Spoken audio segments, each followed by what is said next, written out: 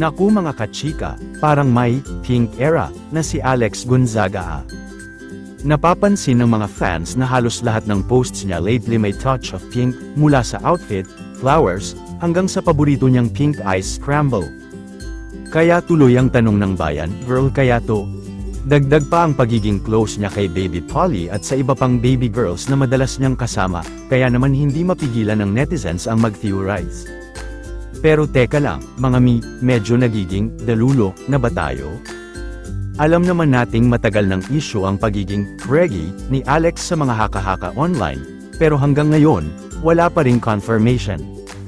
Still, ang saya lang makita kung paano niya ina-embrace ang sweetness at pagiging loving tita vibes, plus, super appreciative pa sa fans, lalo na sa nagpadala ng pink flowers.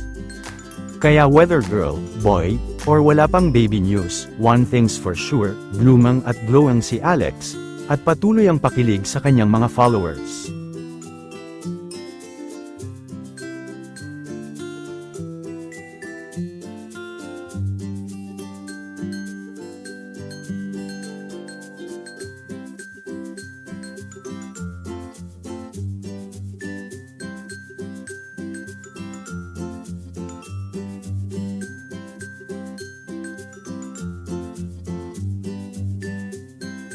Sana po ay maging lipenyong ama na rin si Mikey soon. Malapit na. Malapit na.